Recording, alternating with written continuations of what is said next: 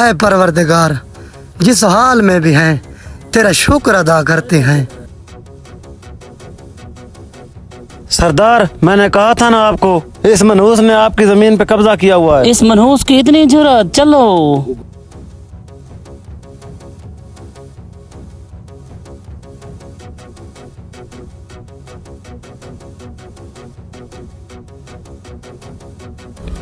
तुम्हारी इतनी जुर्रत कि मेरी जमीन में झोंपड़ी लगाई। मुझे माफ कर दो, मेरे बेटे को छोड़ दो।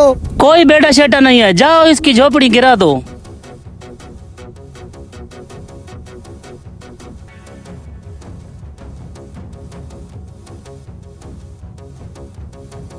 ऐसा ना करो सरदार, तुम्हें खुदा का वास्ता मुझे जाने दो, मुझे मेरे बेटे के पास जाने दो, खुदा का वास्ता छोड़ जाओ दो जाओ, मुझे। तोड़ दो।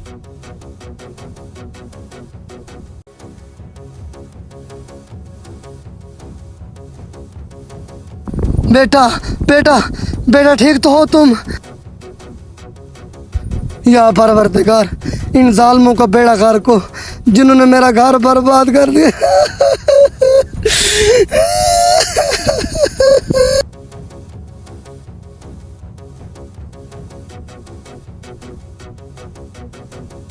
सरदार साहब, गजब हो गया, घर में आग लग गई है, सारे घर वाले जल गए।